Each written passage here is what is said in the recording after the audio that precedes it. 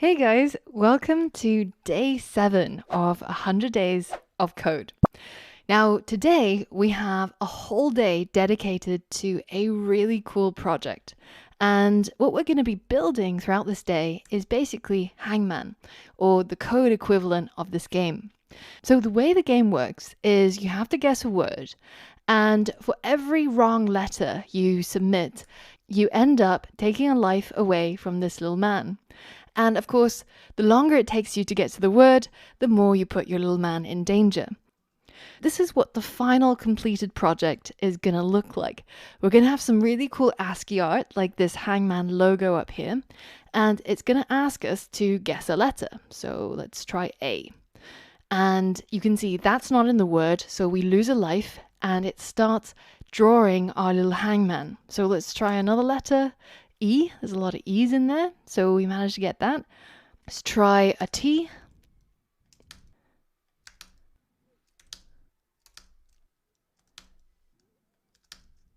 And I think I know what the word is now, just before my little man is going to die. I think it's beekeeper. There we go, we got it. So if we had lost just one more life, the leg would have been added and we would have lost, but we managed to get there in the end.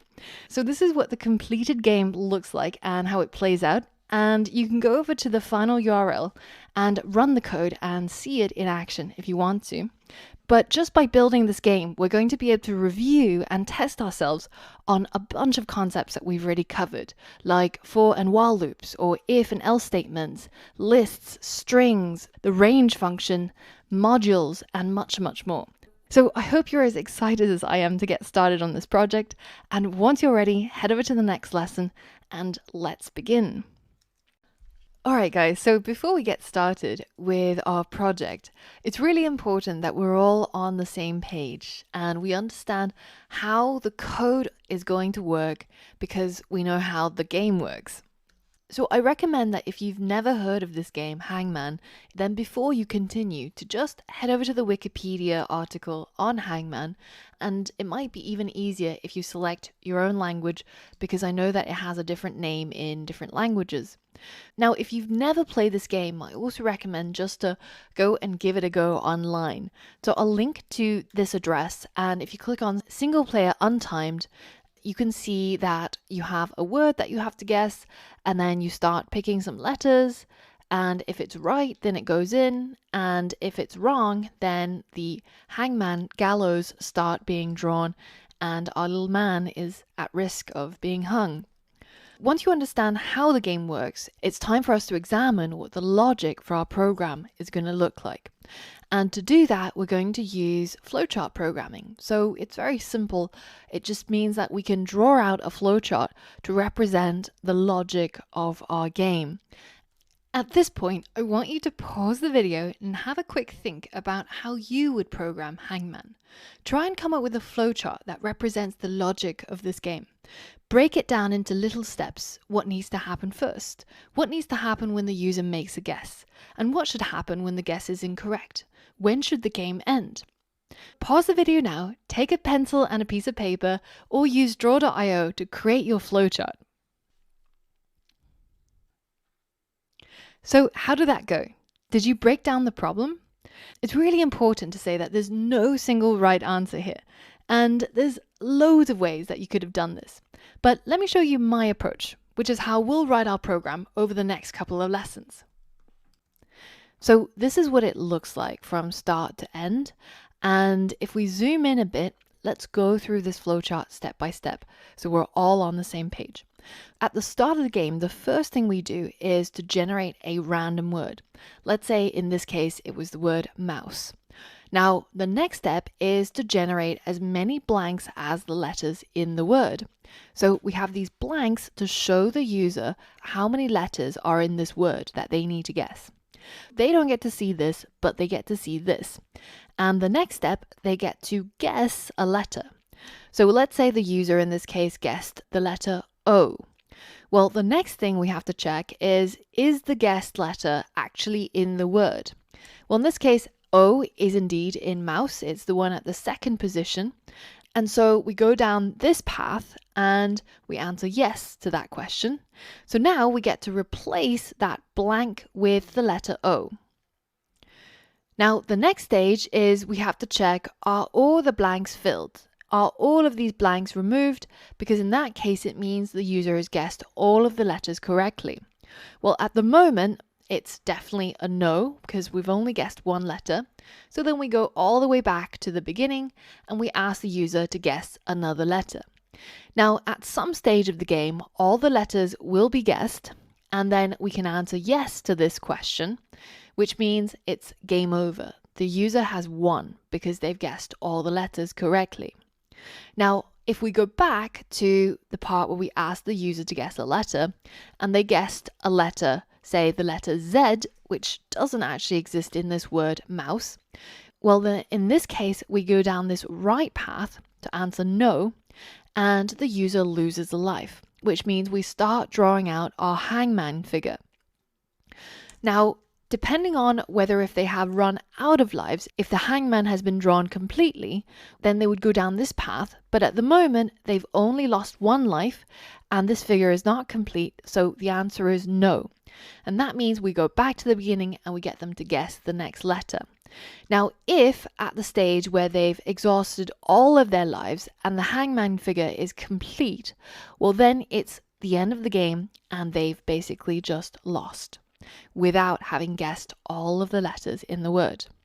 So this is the logic, and you might need to come back to this video a few times if you get stuck along the way, just to review how the program flows.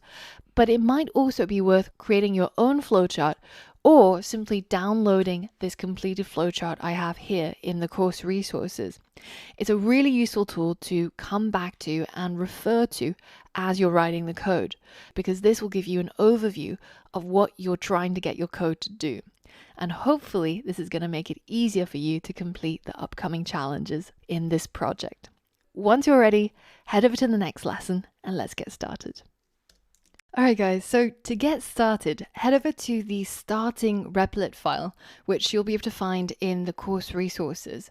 And you should see a pretty much empty file, as well as 3 to-dos for you to complete. All I've got here is a list of 3 words, aardvark, baboon, and camel. And we're going to be choosing a random word from that list. And then we're going to ask the user to guess a letter. And then we're going to check if that letter matches one of the letters in the chosen word.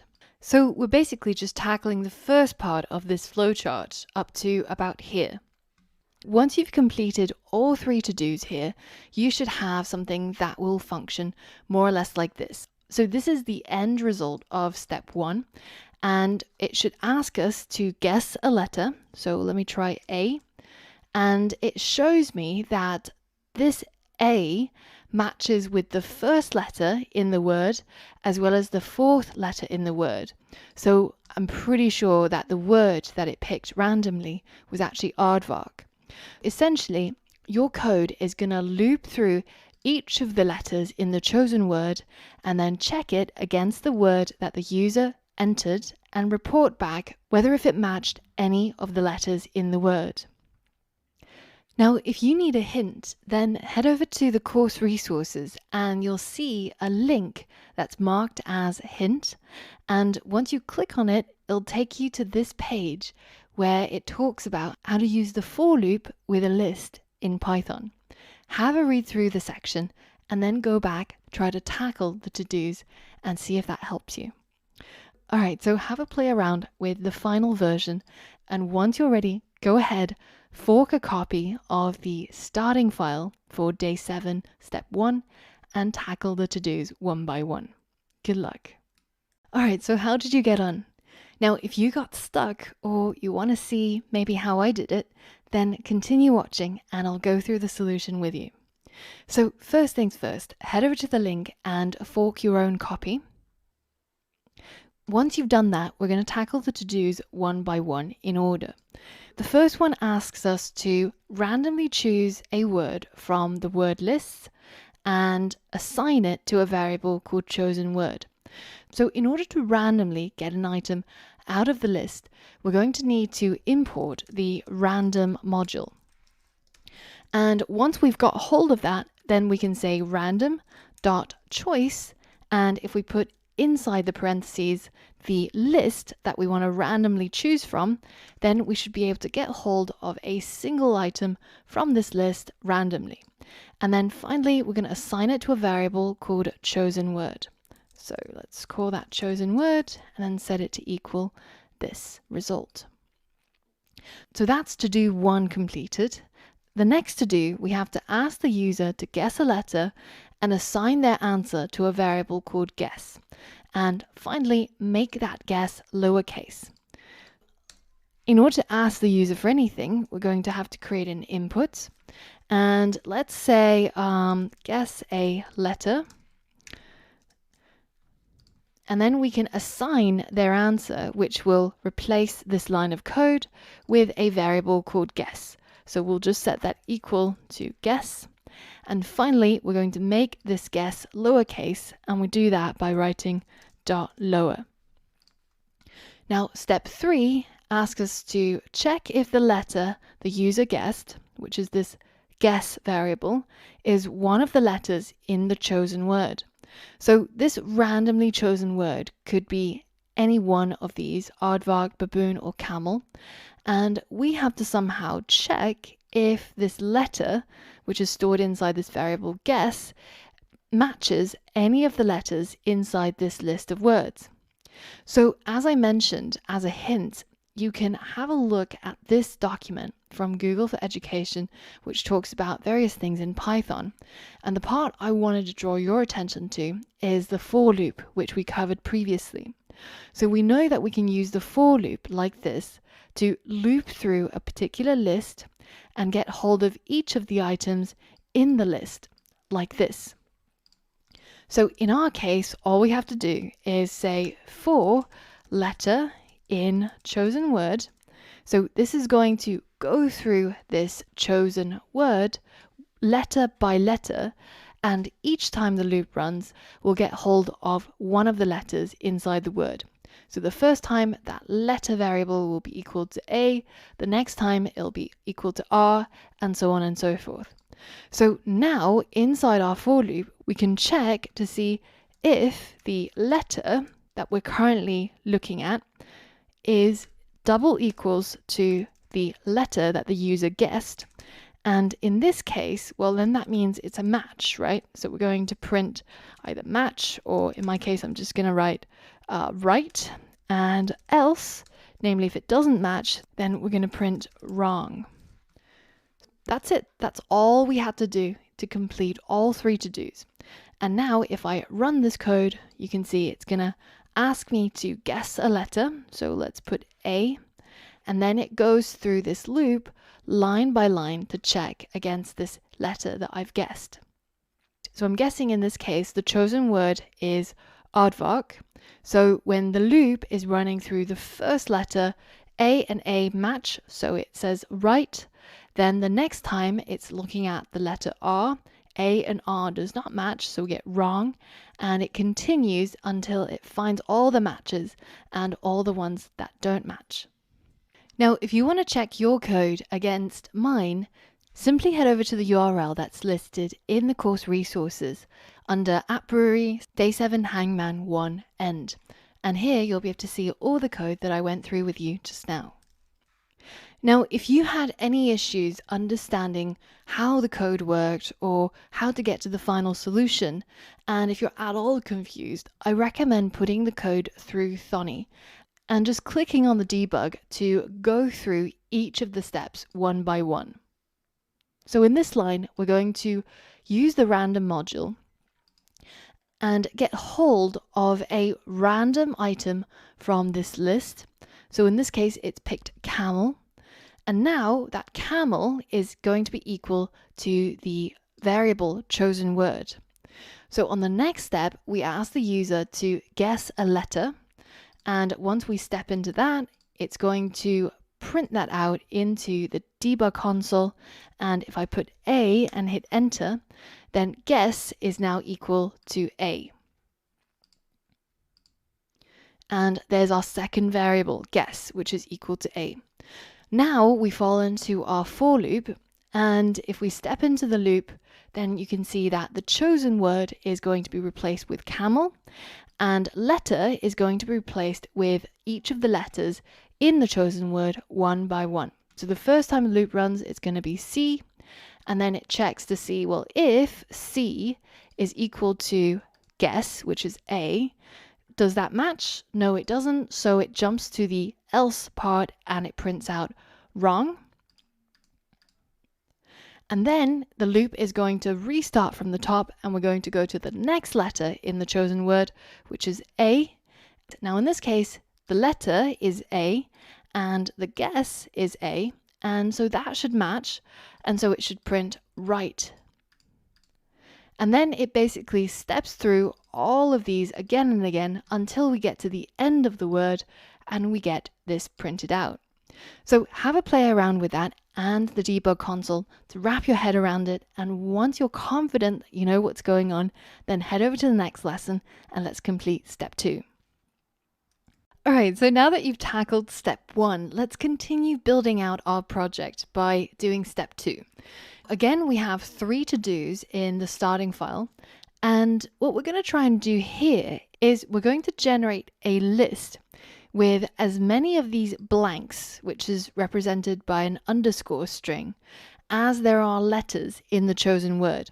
So for example, if the chosen word was apple with 5 letters, then we should be able to create a list with 5 items and each of them being an underscore. So then in the next stage, we can replace some of the items inside that list with the correct letter if the user guesses it right. So for example, if the word was apple and the user guessed the letter P, then we should be able to loop through each of the letters in the word. And for every letter that it matches, we replace the underscore with the actual letter. So then we end up with a list that looks like this. Finally, you're going to print that out and we should be able to see it in the console. In the starting file, you'll notice I've added a little bit of testing code, which is just a print statement telling us what the chosen word is. And this will make it easier for us to debug and figure out if our code is not doing what we want it to do. So once you've completed all of the to-dos in step 2, then this is what you should get. In this case, the chosen word is baboon. So if I guess the letter B, because I'm cheating and also because I'm trying to test the code, and I hit enter, then you can see that it should print out a list with 6 items in it because there's 6 letters in baboon. And each of the letters which I've guessed correctly in the right are replaced in the list in the correct position. B occurs in the first and the third letter, so that is what's showing up in this list. And everything else is still the underscore because they're blanks and still need to be guessed. Have a play around with the final version of the code, and once you're ready, head back, fork the starting project, and complete the to-dos in order. Now, if you need a hint and you get stuck, be sure to check the course resources for a link that links to, again, a Google for Education page, and have a read through the section on the range function that we learned about in previous lessons. Remind yourself of how it works and then go back to your code and try to tackle it and see if you can get it to do what it needs to. Good luck, and I'll see you on the other side. All right, let's go ahead and run through the solution together. Firstly, I'm going to fork my own copy of the starting file for step 2, and then I'm going to take a look at to-do number 1. So the goal is to create an empty list called display, and for each letter in the chosen word, remember that's a random word from this list, we're going to add an underscore to this list called display. So it tells us that if the word was apple, then display should contain 5 underscores representing each letter the user needs to guess. Let's go ahead and just click run before doing anything first. And this print statement will execute and it'll tell us that the solution is aardvark. this is a 7-letter word. So in this case, we would need to create a list with 7 underscores and 7 items. Let's go ahead and create an empty list called display. An empty list is just a set of square brackets with nothing inside. Now for each letter in the chosen word, we're going to add a underscore to this list. How can we add something for each letter? The simplest way is to simply use a for loop. Now, in this case, we have a choice. We can either use the style of for loop that we used previously down here, which is a way of looping through a list. So we could say for letter in a chosen word. So it's going to run this for as many letters as there are in this word. And for every single letter, we're just simply going to take our list display and add an item to it. And that item is going to be the string underscore. So now if we go ahead and print out our display and see what we get. The solution is baboon, which is 6 letters, and display gets printed with 1, 2, 3, 4, 5, 6 underscores inside. Now notice how here we're not actually using this variable letter that gets created. We're looping through every letter in the chosen word, but we're not doing anything with each of the letters. So we can in fact just replace it with an underscore. Now alternatively, we could have created this for loop with a range function as well. And remember that the range function creates a range of numbers from 0 up to a particular number that you specify. So we could have also, instead of looping through the chosen word, used range, and inside here we could have put the length of the chosen word. So then our range would be between 0 and the length of the chosen word. So if it was baboon, then that would be from 0 to 6, but not including 6. Remember, that's how the range operator works. So it would be 0, and then it would be 1, and so on and so forth until it gets to 5. And so that would be a total of 6 loops, adding 6 of these underscores. So given that I've updated this for loop, if we run it again, you can see it's exactly the same. It will create as many underscores in the list as there are letters in the chosen word. So it doesn't actually matter in this case which version you went for. Either this version of the for loop using the range function or the previous one which just looped through the list. It's your choice. They both work the same. So now let's move on to do number 2. Now we have to loop through each position in the chosen word, and if the letter at that position matches the letter the user guessed, then we're going to reveal that letter in the display at that position. So basically we're going to replace the underscore with the letter that the user guessed if they guessed it right. So now this is probably the hardest part of this whole step, because in order to do this, we actually have to change this for loop to one that uses the range function, because we need to get hold of the position when the letter and the guess actually matched. That way we can tap into the list and change only the item at that particular position. So let me show you how the code would look. Instead of saying for letter in chosen word, we would say for position in range, and the range is going to be between 0 and the length of the chosen word. And once we've got that, then the for loop is going to run for as many times as there are letters in the word. And for each of those letters, it's going to give us a number, a position to work with. So the first time it runs it, position is going to be equal to 0, because we'll be looking at the first item in the chosen word, which in this case would be A. And then the next time the loop runs, position becomes 1, and we'll be looking at the second item in the list. Now we no longer have that letter to work with, which is why we get an error here. So how can we get hold of the current letter in the chosen word, given that we know the position? Well, it would be as simple as saying letter equals chosen word, square brackets at the current position. Now we can check to see if the letter is equal to the letter the user guessed, then we can get hold of our display and get the item at the current position and then set that to equal the letter. And we can get rid of the else statement entirely. So now notice that we're using the length of the chosen word in quite a few places. So if you want to, you can actually simplify the code by simply creating a new variable called word length. And now every time we need to use the word length, we can just refer to that variable, which should make our code a little bit easier to read. Finally, all we have to do for step 3 is just to print our list, which is called display. And then when we run our code, you should be able to see that if the solution was camel, initially our display starts out with 5 blanks because there's 5 letters. And then once we've guessed a letter, then it will replace that letter at the correct position in that display list. So A only matches the second letter, so that second blank gets replaced by this letter.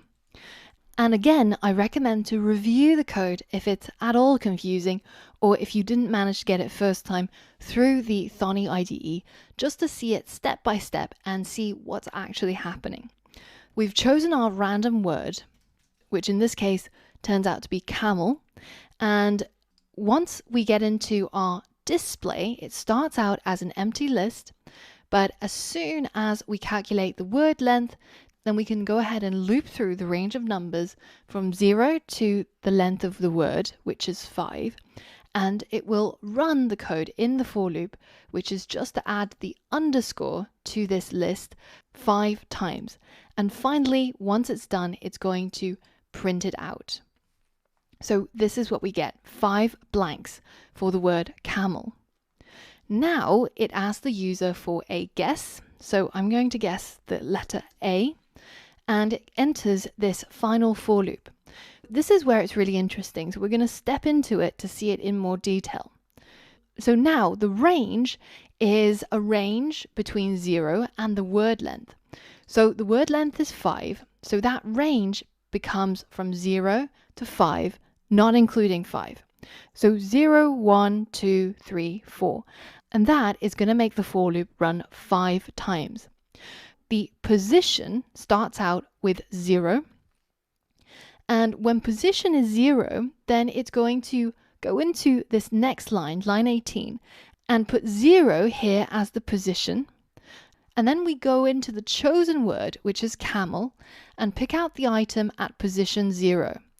And so this letter becomes equal to the letter C, because that's the letter at position 0 of the word. So now in our if statement, we check to see if the letter, which is C, is equal to the guess, which is A. Well, in this case, C does not equal A. So we go back to the beginning of the for loop, and we go to the next number in the range, which is now 1. And we're going to repeat this again and again. But in this case, notice that the letter at position 1 of camel is equal to A. So now letter is equal to A and guess is equal to A. So if those two are equal, then this if statement is true, and we end up going inside it to carry out this functionality. Our letter is equal to A, and we're going to look at our list, which is called display, this one, and we're going to replace that second character with the letter that was matching. And it's going to do this again and again until we've looped through 5 times through all of the letters in the chosen word, and finally we print the final version of display with the correct letters replaced. Have a play around with this if you're at all confused, and it might be that you need to look up some stuff on Stack Overflow, or you might need to review some of the lessons that we've done before on things like range functions and for loops, just so that you're really certain that you know what's going on, and only then should you continue to the next step. take a moment with this, and I'll see you on the next lesson.